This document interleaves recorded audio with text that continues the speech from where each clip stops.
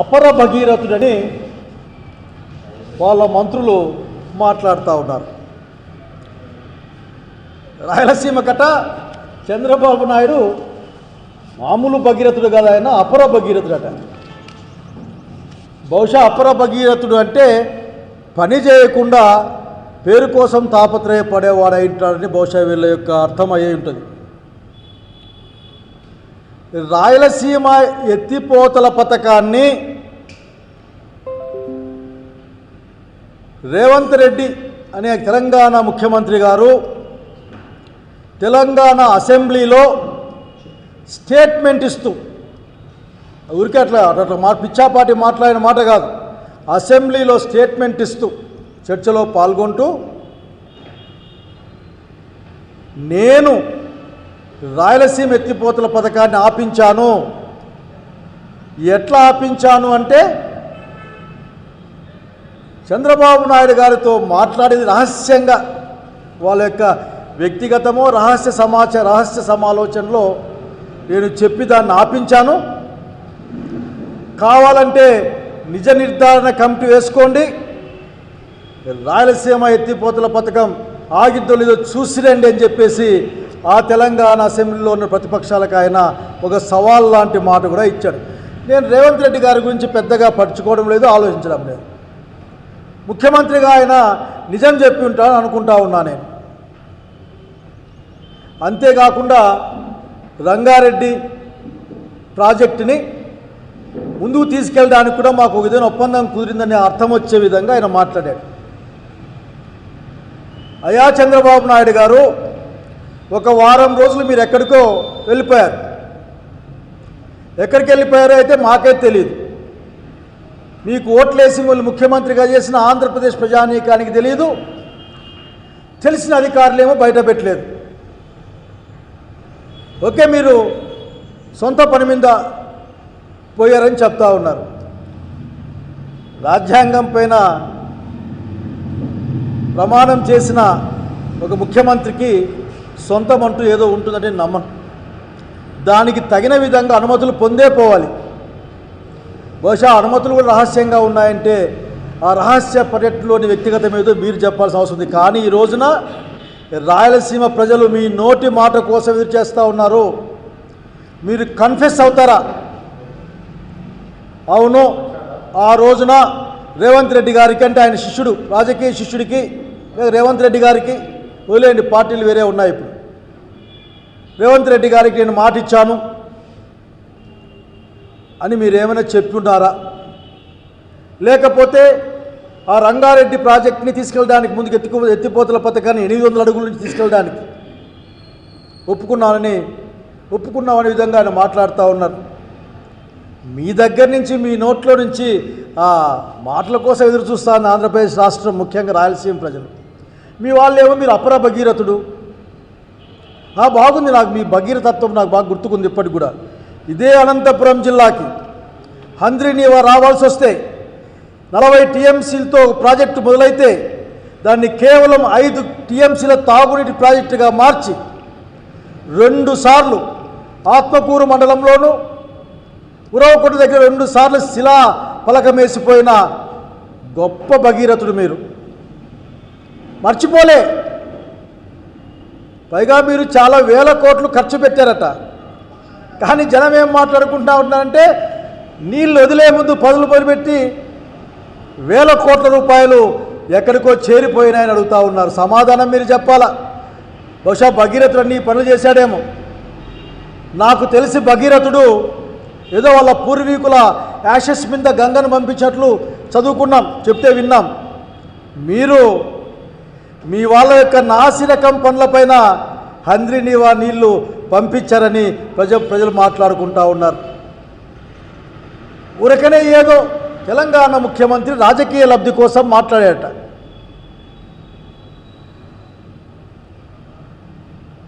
మరి మీ రాజకీయ లబ్ధి చెప్పండి మాకు. ఇక్కడ మీరు ఏదో కారణం రీత్యా వారం రోజులు ఎక్కడికో పోయినా, ఇదే విదేశాలకో లేకుంటే ఇదే రాష్ట్రంలో, నాకైతే తెలియదు. కానీ ఆయన కనిపించకుండా పోయిన ముఖ్యమంత్రి గారి కోసం మాట్లాడుతూ మీరు రాయలసీమ మొత్తం చంద్రబాబు నాయుడు వల్లనే నీళ్ళు వచ్చినాయని మీకు నోరెట్లొస్తుంది? రాయలసీమ గురించి మాట్లాడే ఏ హక్కైనా మీరు కలిగి ఉన్నారా? నిట్ట నిలువున ముంచుతున్నవాడు, ముంచినవాడు, రాయలసీమను నాశనం చేస్తున్నవాడు చంద్రబాబు నాయుడు కాదా అన్న విషయాన్ని మీరు సమాధానం చెప్పుకునే రోజున వస్తుంది ఈ రాయలసీమ గడ్డ మీద. ప్రతి ఎకరాకు నీళ్ళు ఇవ్వడమే చంద్రబాబు నాయుడు గారి యొక్క లక్ష్యం. అదేంది కళ అట, అది బహుశా కళ పడుకొని అంటారు. ఇంతవరకు ఒక్క ఎకరాకి ఇచ్చారా చెప్పడుగుతా ఉన్నా. ఆ రోజున నీళ్ళు నడిపించుకొని వచ్చాను, మీరు ఒక్క ఎకరాకి ఇవ్వలే, కానీ మీరు చెప్పుకునే మాటలు మాత్రం చాలా గొప్పగా కనిపిస్తూ ఉన్నాయి. దయచేసి చంద్రబాబు నాయుడు గారిని అడగండి, జీడిపల్లి నుంచి కిందికి, కింది నుంచి పైకి తీసుకెళ్ళడం కాదు,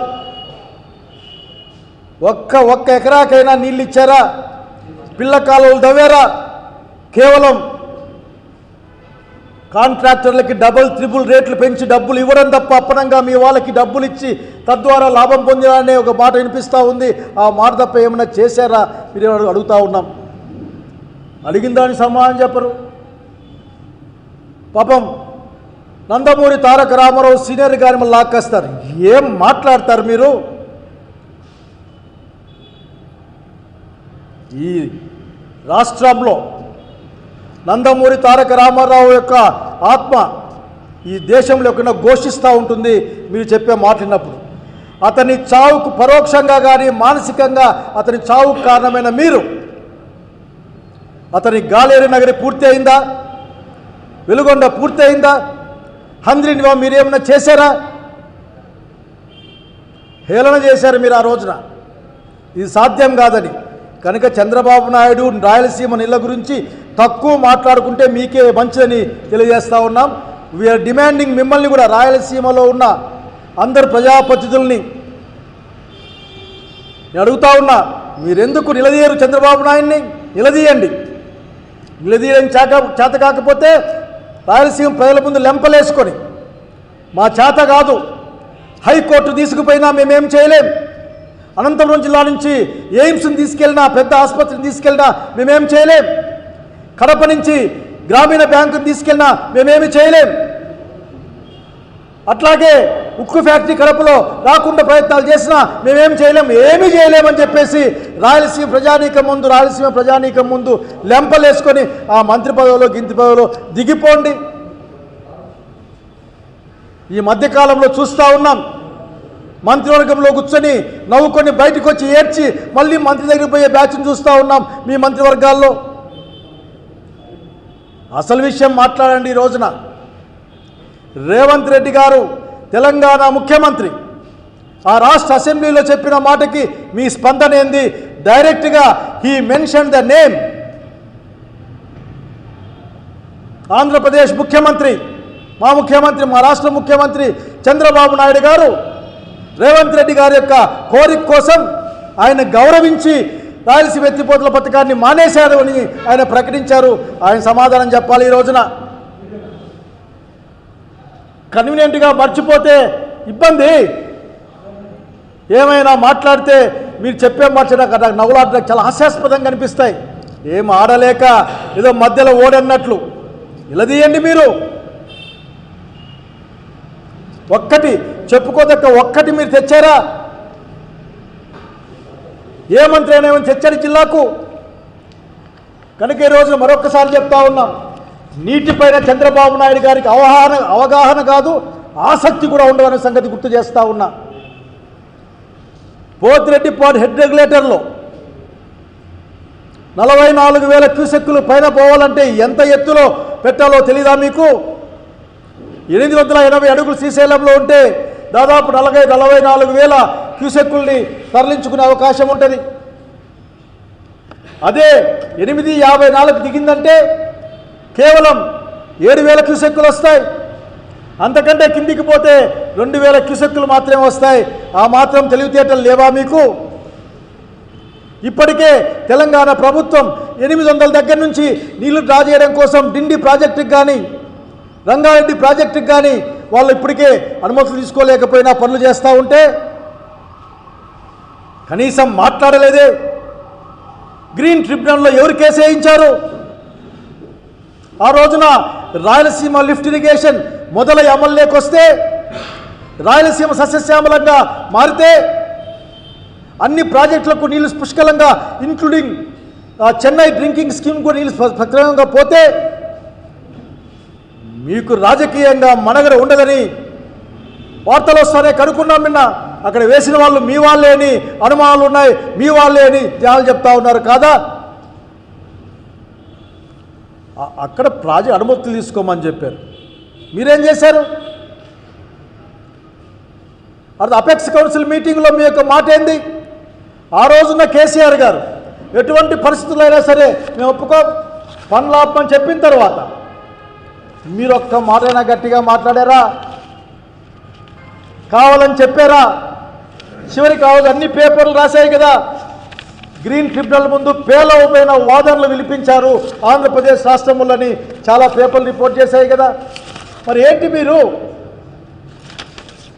ఇవన్నీ మర్చిపోయి కనీసం తిరిగి ప్రయత్నం చేయకుండా కేవలం జగన్మోహన్ రెడ్డి గారికి పేరు వస్తున్న ఉద్దేశంతో మీరు చేసే అన్ని అంశాలను కూడా ప్రజలు గమనిస్తూ ఉన్నారు.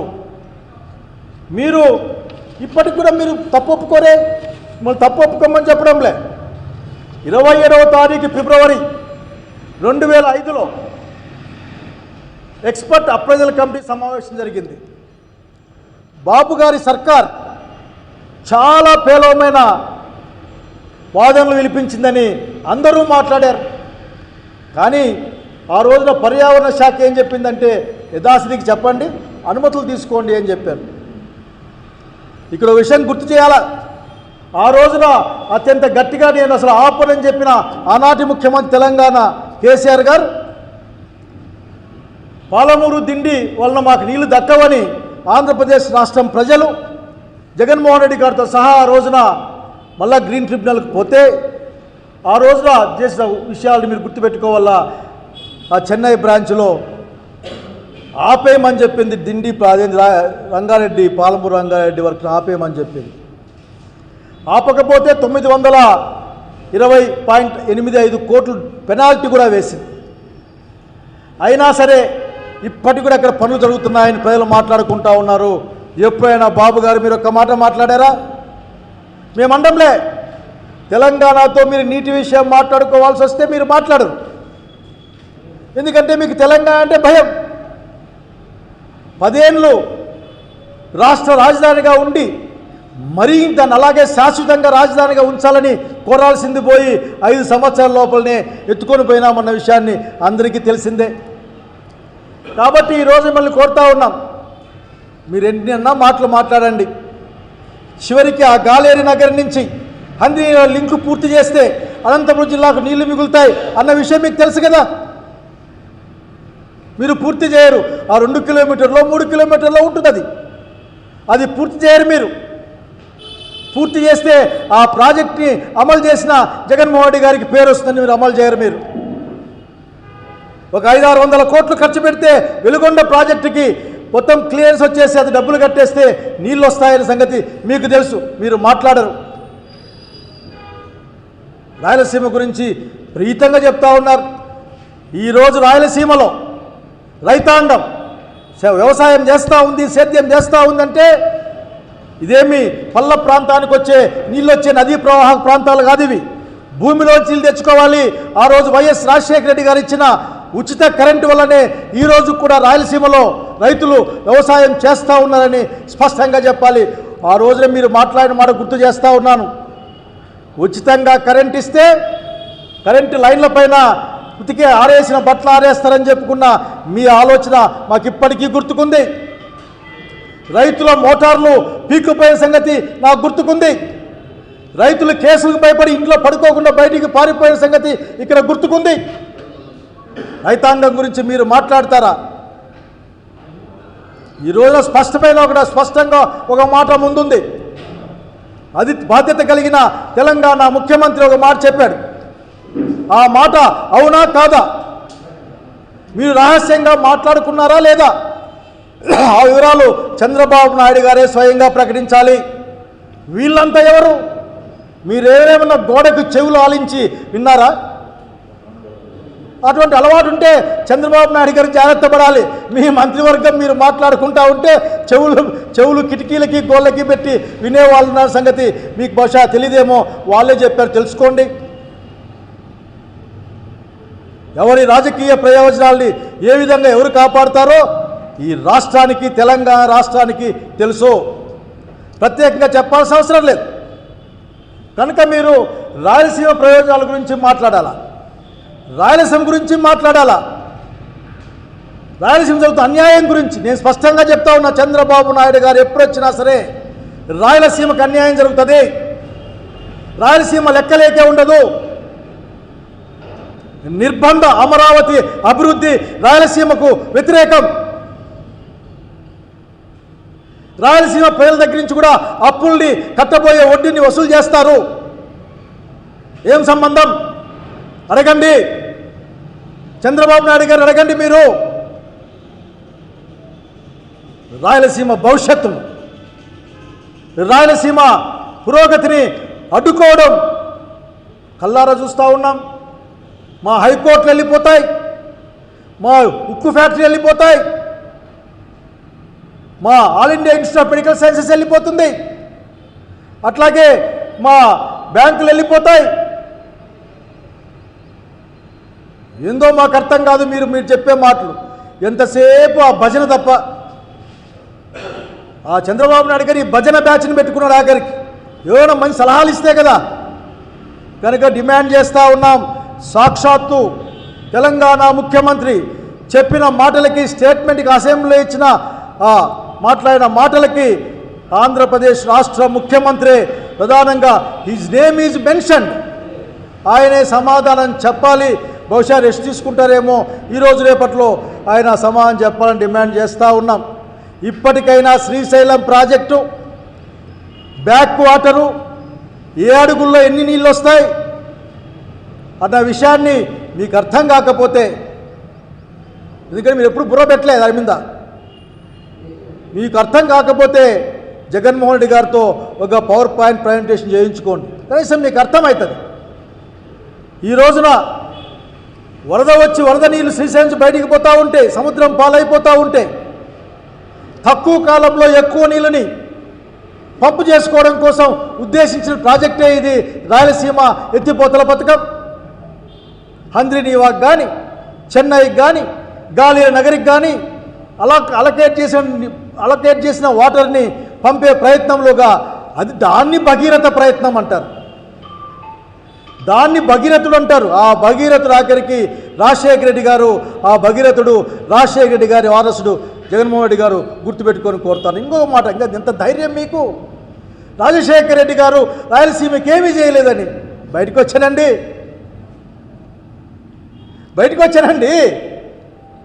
జనంలోనండి.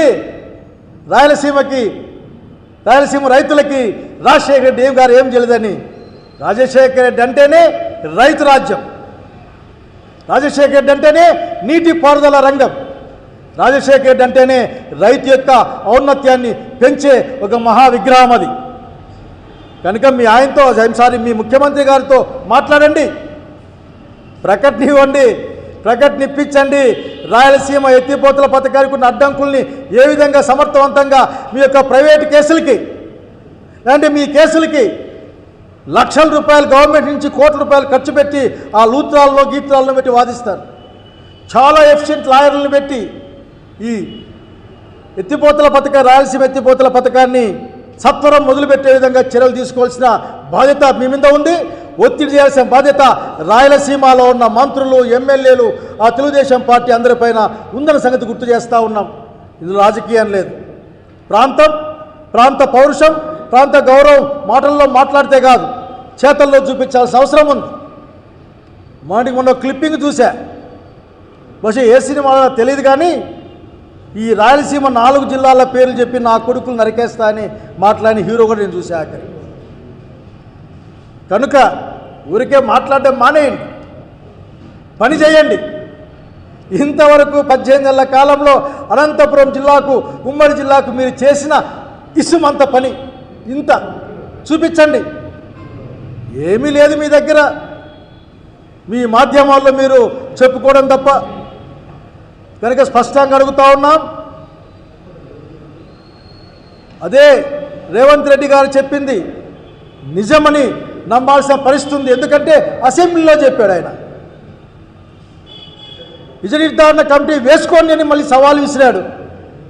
కనుక రాయలసీమ చేసిన ద్రోహాన్ని ఒకవేళ రాయలసీమకి ఏ విధంగా ద్రోహం చేశాడో చెప్పుకోవాల్సి వస్తే కూడా చంద్రబాబు నాయుడు గారు చెప్పుకోవాలి. చెప్పుకున్న తర్వాత మిగతా విషయాల్ని రాయలసీమ ప్రజలు ప్రజాక్షేత్రంలో ఆలోచిస్తారు. ఒక్కటి మాత్రం వాస్తవం, ఈరోజు రాయలసీమ జిల్లాల్లో జల కళ కనపడతా ఉందంటే అది కేవలం రాజశేఖర రెడ్డి ఆలోచన విధానం, తదనంతరం ఆ భావజాలాన్ని మోసుకెళ్ళిన వాళ్ళదే అనే విషయాన్ని గుర్తు చేస్తూ ఉన్నాను. కనుక మాటలు తగ్గించి తక్షణం చంద్రబాబు నాయుడు గారు ఆ స్టేట్మెంట్ పైన ఆయన వివరణ అనుకుంటాడో లేకపోతే కన్ఫెషన్ అనుకుంటాడో లేదంటే ఏం చెప్తాడో వినాలన్న కోరిక ఈ రాష్ట్ర ప్రజానీకానికి, ప్రత్యేకంగా రాయలసీమ ప్రజానీకానికి ఉందని సవినయంగా తెలియజేస్తూ ఉన్నాను.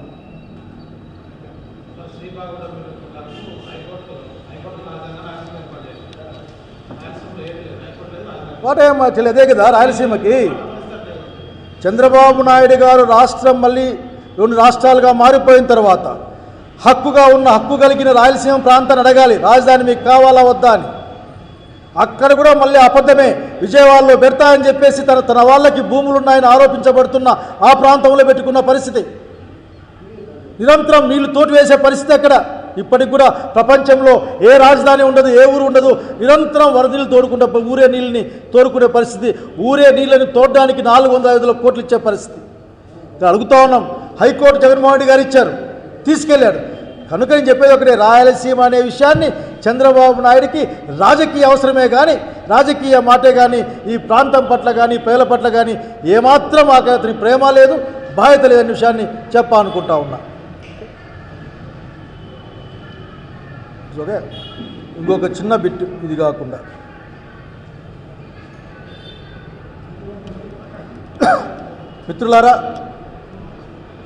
మిత్రులారా ఈ మధ్యకాలంలో అనంతపురం జిల్లాలో దౌర్జన్యాలు ఎక్కువయ్యాయి, భౌతిక దాడులుగా పెరిగిపోతూ ఉన్నాయి. చిన్న పెద్ద లేకుండా కూడా మాట్లాడే ప్రయత్నం చూస్తూ ఉన్నాం. పోలీసులు ఏకపక్షంగా వ్యవహరిస్తున్నారనే ప్రజలు మాట్లాడుకుంటూ ఉన్నారు. ఆరోపణలు పుష్కలంగా వస్తూ ఉన్నాయి. ఎల్లనూరు టౌన్లో మొన్న ఘర్షణ జరిగింది. కర్రలు పట్టుకొని తరిమి కొడుతున్న వాళ్ళు బాధితులుగా చలామణి చేసే ప్రయత్నం చేస్తూ ఉన్నారు. నేను పోలీసు వాళ్ళని కోరుతా ఉన్నా, వైఎస్ఆర్ కాంగ్రెస్ పార్టీగా చట్టాన్ని గౌరవించే వాళ్ళం కాబట్టి మీరు లేని వాళ్ళని కూడా కేసులో పెట్టారన్న ఆరోపణలు ఉన్నప్పటికీ అందరూ వచ్చి మీ ముందు లొంగిపోయారు. ఈరోజు కూడా మీరు ఎదురు పక్షాన్ని కర్రలతో దాడి చేసిన వాళ్ళని మీరు ఇంతవరకు కూడా తెచ్చిన పాపాన పోలేదు. కనుక న్యాయబద్ధంగా ధర్మబద్ధంగా వ్యవహరించమని మిమ్మల్ని కోరుతా ఉన్నాం. మీరు ధర్మబద్ధంగా న్యాయబద్ధంగా వ్యవహరించకపోతే ప్రజాస్వామ్యబద్ధంగా ఏం చేయాలో వైఎస్ఆర్ కాంగ్రెస్ పార్టీ కార్యకర్తలు ఆలోచిస్తారని తెలియజేస్తా ఉన్నాను. నమస్కారం.